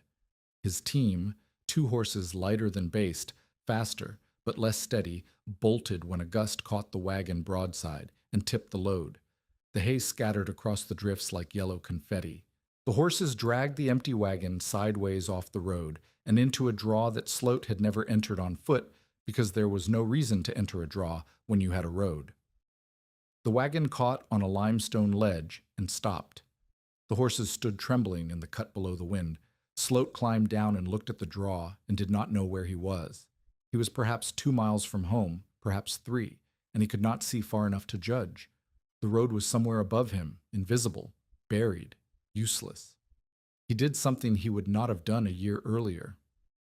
He looked at the limestone wall beside him and saw dark streaks on the surface, condensation marks where warmer air met cold stone. He looked at the ground near the base of the wall and saw frost melted in a ring around a crack. He put his hand against the stone and felt air moving. He knew what these signs meant because the entire settlement knew. Marit had taught Nell, who had taught the Dearborn children, who had told their father, who had mentioned it at the store, where Sloat had listened without admitting he was listening. He followed the sweat marks along the wall to a notched fence post, one of Mapes's markers, the notches at 3 heights, pointing into the ravine. He descended. He found the cut-bank dugout, stocked with tallowed matches and cottonwood kindling, and he crawled inside and built a fire and waited. Nell Croft's oldest boy, Thomas, found him. Thomas was 13 and had been riding the ravine system checking cairns after the blow, because Marit had taught him that cairns toppled in wind and shelters needed restocking after every storm. He saw Sloat's horse tracks descending into the draw and followed them to the dugout and found the hay dealer sitting by a small fire with frost in his eyebrows and 2 fingers on his left hand white to the second knuckle. Thomas rode to the claim and told Marit. Mapes hitched Bast to the stone boat and brought Sloat out of the ravine wrapped in a horse blanket. The frostbitten fingers would lose their nails and keep their shape, but the feeling in the tips would never fully return. Sloat sat at Marit's table while Mop splinted the fingers and Nell boiled water for a compress. He did not speak for a long time. Eli sat across the table and watched the hay dealer with the unblinking attention of a child who remembers being told that this man wanted to take their land. When Sloat spoke, he did not thank Marit. He did not apologize. He said, "I called it a hole." Marit said, "You charged men for hay. The ground gave shelter free." Sloat looked at his damaged hand. He said, 42 feet. Marit said, 42 feet. They sat in a silence that was not comfortable but was honest. Sloat's conversion was not sentimental. He did not become a friend. He did not return the debt note or apologize for the mockery or admit that he had been wrong about the road. He was a man who had built his life on the principle that anything valuable could be controlled and sold, and the ravine shelters had proven that some things were valuable precisely because they could not be controlled and should not be sold. The lesson cost him 2 fingertips of feeling and 1 wagon load of hay. Whether it was enough to change him permanently, Marit did not know. She did not need to know. She needed him to stop trying to take the cave. The frostbite did what argument could not. By the 3rd winter, the system was complete. 3 marked storm shelters in the ravine system near the Little Walnut Breaks, the limestone cave, restocked and ventilated, with Tollef's iron hooks still holding in the rock. The cut-bank dugout, reinforced with cottonwood poles and chinked with lime plaster. The stone overhang, shallow but reliable, stocked with cedar kindling and a tin cup. Marit's rule? Mapes called it the Baste rule, though Marit never used the name herself, became local practice. In a whiteout, do not force a panicked team toward open road. Stop. Lower into broken ground. Shelter. Trust signs of wind and animal resistance. The rule did not replace the road. It supplemented it. The road was for days when the road worked. The ravines were for days when nothing worked except the ground itself. 11 families knew the cairn system by the end of the 3rd winter. Children were taught the marks before they were trusted to ride alone. 3 stacked stones, flat sides up, pointing toward shelter. Fence posts along the main road carried notches at 3 heights that meant nothing to a stranger and everything to a neighbor. A crock of tallowed matches and a limestone crack became the quiet sign that someone had remembered, that someone had restocked, that the network held. Marit proved the claim. She kept Bast until his knees failed in the spring of 1891, when the horse could no longer rise from the ground without help, and his great head hung low not from reading air, but from the weight of years. She buried him above the ravine, on the ridge next to Tollef's grave, and the red flannel strip that had faded to pink. She dug the hole with Tollef's quarry hammer because the ground was hard and the hammer was what she had. Mapes stood beside her while she worked. He did not offer to dig. He understood that some labor is not about efficiency. Eli grew up measuring storms by what his mother taught him. not how hard the wind screamed, but where it softened. He learned to read limestone sweat marks before he could read printed English. He knew the ravine shelters the way other children knew the road to school, as fixed points in a landscape that was only dangerous if you did not know where the ground would catch you. The later years compressed the way later years always do, not because they lacked incident, but because the rhythm of a life lived well does not produce the same peaks as the rhythm of a life under siege. Mapes and Marit had 2 more children. The claim expanded by 40 acres when a neighbor sold out, and Mapes bought the parcel with freighting money he had saved for 15 years. The frame wall that Oddman had started and Marit had finished became a full house with a root cellar and a porch, and a chimney that drew clean because Marit had learned from Tollef how air moved through enclosed spaces, and she built the flue with the same attention she gave the cave's ventilation crack. Marit died in the early spring of 1923, on the same land, in the house that had grown from the soddy that had almost killed her. Tollef's quarry hammer hung above the stove. Baist's old collar hung in the barn, the leather cracked and pale, the brass hardware green with age. Eli, who was then 44 and had children of his own, found her in the morning sitting in the chair by the stove with her hands in her lap and her face turned toward the window that looked south, toward the ravine, toward the ridge where the horse and the quarryman were buried side by side under grass that bent in the wind the way it had always bent, yielding without breaking, season after season, long past the time when anyone remembered why. Within 5 years of the blizzard, at least 11 families knew the ravine route. Children learned the cairn marks before they were trusted to ride alone. 3 stones, flat sides up, the quiet language of a ground that could save you if you knew how to read it. The cave mouth remained half hidden behind thorn plum and hackberry, not secret, but protected from careless damage by the same brush that had torn Marit's cheek on the night Basta carried her through. A crock of tallowed matches in a limestone crack became the signal that someone had remembered.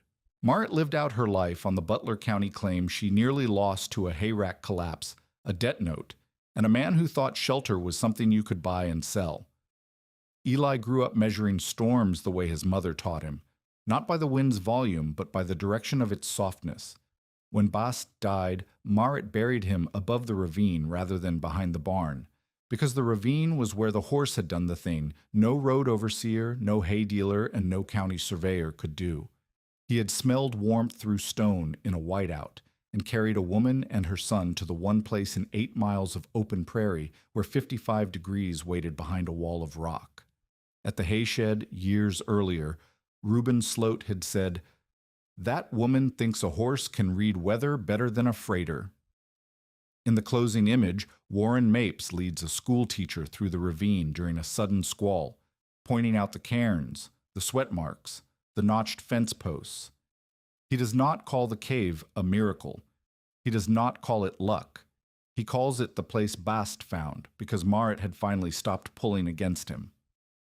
The school teacher asks how the widow knew to trust the horse. Mapes pauses at the cave mouth, where the air still breathes 55 degrees through limestone, and says, "She did not know. She listened."